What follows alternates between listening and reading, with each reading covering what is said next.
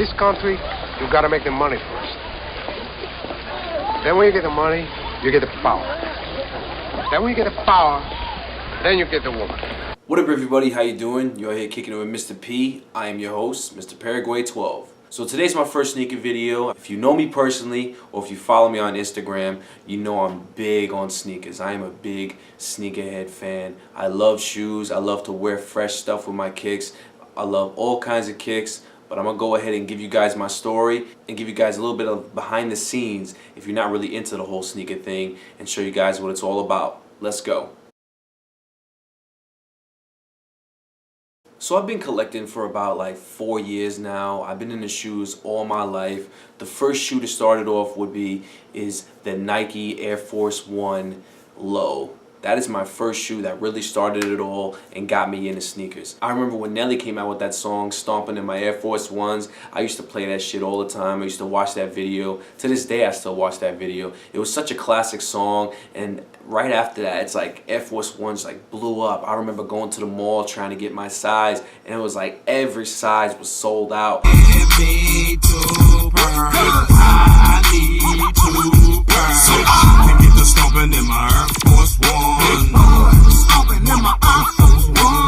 always loved, the way of shoes look, the way a nice pair of kicks would look on somebody's feet. I always would look. I grew up in the 90s, so I did watch a little bit of Jordan play. I was into Jordans also. And from then on, I had a love for sneakers. If I was to describe myself as a sneakerhead, what kind of sneakerhead I would be, I only buy what I like. I'm not one of those guys that buys every shoe that comes out and every colorway, and I'm out there camping every weekend. I'm not like that. I'm the type of guy that when I see a shoe, pictures of a shoe that haven't released yet, I have to fall in love with it. Perfect example of a shoe that I fell in love with. The Nike LeBron 10 gold medals. I fell in love with this shoe when it first came out. I mean, it's an amazing shoe. I mean, just to look at it, I mean, you get looks all the time just wearing this shoe. I rarely wear it. As you can see, I try to keep it real clean. But I just fell in love with this colorway. I mean, all the gold accents you see on the tongue here. You got the gold lace lock, the lion. Got the gold Nike swoosh here that just sets it off. I mean, this shoe is just amazing. I mean, it was a pretty penny.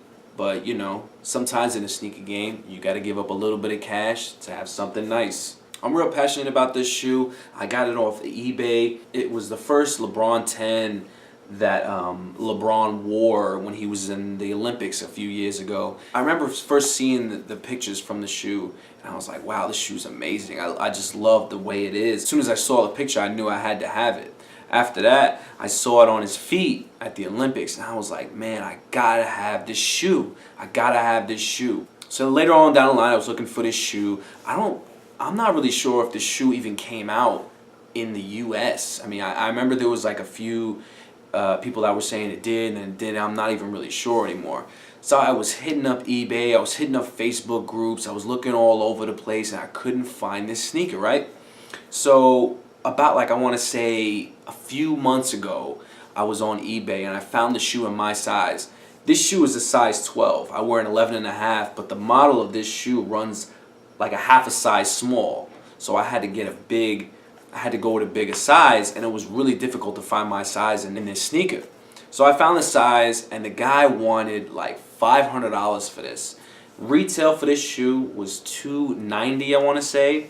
That was box price. It came with this little thing that you can put in the shoes. It's like a little computer chip inside. It's like called the sports package or something like that. You can put it in the shoe and you put it on your iPhone, and it can show you like how high you jump and how fast you run. It's some crazy shit like that. I don't even know, some futuristic type stuff. Anyway, so I hit the guy up and I was like, yo, I've been looking for this shoe for so long. I see you've had this listed here for a long time. I want this shoe. And he was like, look, man, I can't go lower than, 500. It is what it is. Me being the type of person I am, when I see something I want to buy and it's possible I can get below retail or even less than he wanted, I haggle. When I go to New York, sometimes I always go shop on Canal Street, and the way it works is if you see something that you like and you go up to the guy that's selling it, what I usually do is I'm like, yo, what's your price? And he says, it's this and this. And I go, okay, well, if you want that price, I saw it down the street from a guy that has it a little less, I'm gonna go ahead and go check it out. And I go to, pretend to walk away, and then he's like, no, no, no, come back, we'll work out a deal. So basically, long story short, I talked this guy down to $350 shipped. That's basically retail. And not only did I get it for basically retail, he shipped it in 2 days flat from when I paid for it. I looked at the sticker on the package that he sent it in, paid for like $30 2 days shipping. I was like, man, this is really cool. I texted him, I said, thank you for the shoe. I've been looking for it for a while. I'm so passionate about this. I mean, just, it's this amazing shoe. I love to rock it. I love to wear it with certain things. Got the Giants hat to match with it, as you can see. I kind of didn't even do that on purpose, but, I guess that's the way it turned out. So what do I think of the game now? I think the game is kind of messed up. And when I say the game, I mean just, collecting sneakers in general. I think it's messed up because, there's a lot of resellers out there. There's a lot of people that try to take other people for granted. Like they'll say, look, I got this shoe over here. I know you want it. So I'm going to go ahead and put the price through the roof and make you want it even more. And me, I'm not like that. If you're trying to play me and you're trying to make it seem like I don't know the price of the shoe that it's worth, get out of here. I'm not even going to try to buy the shoe from you. I mean, the game now really needs a change. I feel like in like 5-something years, the game's going to be a lot different. There's going to be a lot of people that aren't really sticking around because it's like a fad now. It's like a cool thing. From what I see, in my opinion, is a lot of young sneakerheads now that are like 14, 15, buying kicks, flipping kicks, with their parents' money. And there's nothing wrong with that. When I was a kid, my mother bought me a pair of kicks like every once in a while. I had to go through one pair of kicks throughout the whole semester of school, and then the next year I would be able to get another pair of shoes. I had to wait, year by year to get shoes. What I see, it's not like that for kids nowadays. Good for them though that their parents are buying them stuff. It's just, if I would have asked my mother, hey Ma, would you camp with me, overnight for a pair of kicks? She would have told me, get the fuck out of here. I'm not camping hours at a time for sneakers. I mean, who do you think you are? I mean, use these little kicks that I get you. It's become a young thing. And when it's a young thing, fads go away. Whether it's Jersey Shore, TV shows like that, whether it's like Duck Dynasty, fads go away. They die out. Like Beanie Babies. When I was younger, Beanie Babies were a big thing. Pokemon cards were a big thing. Everything just dies out. And I feel like eventually it's going to die out because prices, if you pay attention, your stuff, the prices of shoes now is going way up, way up, way up. It's just skyrocketing. And it's just like they don't even really care about the consumer anymore. They just want you to buy their product. And they see that you really want it, and it comes back to supply and demand. So the more people that want it, they're just going to keep putting the price through the roof. And I'm not about that because honestly, this hobby is not cheap. You have to have a real good job to have this hobby. And even then, sometimes you're shit out of luck. So anyway, I'm going to go ahead and wrap it up here. I want to touch on, before I go, I want to touch on these young guys for a second. Shout out to you young sneakerheads if you're watching. I just want to talk about some stuff real quick, some real stuff. These shoes that you get so wrapped up in, these material items that you get wrapped up in, they're not real, quote unquote. I mean, it's going to sound really corny when I say this, but when you're young and you're spending a lot of money on, shoes or, material items, it's not good for your future. You should focus on the end goal, and when I say that, I mean things that are going to propel you forward in your life.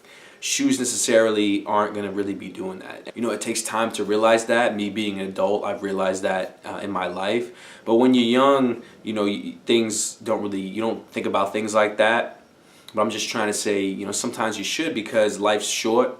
God forbid I could die tomorrow. My shoe collection, what can I do with it? I can't do anything with it. I can't take it with me. When you're young and you're in high school, you should, it's gonna sound funny, but you should focus on school.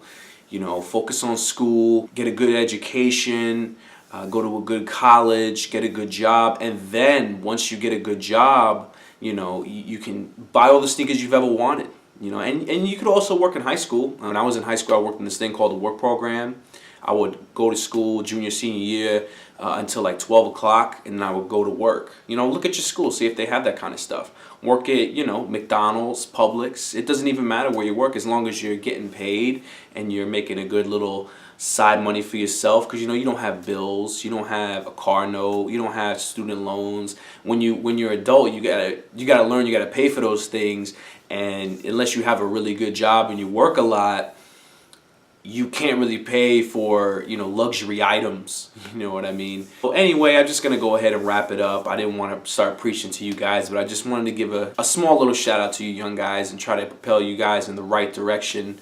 Anyway, I'm gonna go ahead and get out of here. This is just a quick little video I wanted to do. Sorry, my dog's here. She wanted to say hello. Say hello, Purdy. Say hi. I'm gonna go ahead and get out of here. I'm going to be doing a lot more videos coming up. This was just a quick little one that I wanted to show you guys. I know some people are going to think this is a little weird, and then some people are going to know what I'm talking about. But, you know, that's how it goes sometimes. But for now, everybody take care. I'll talk to you soon. Peace.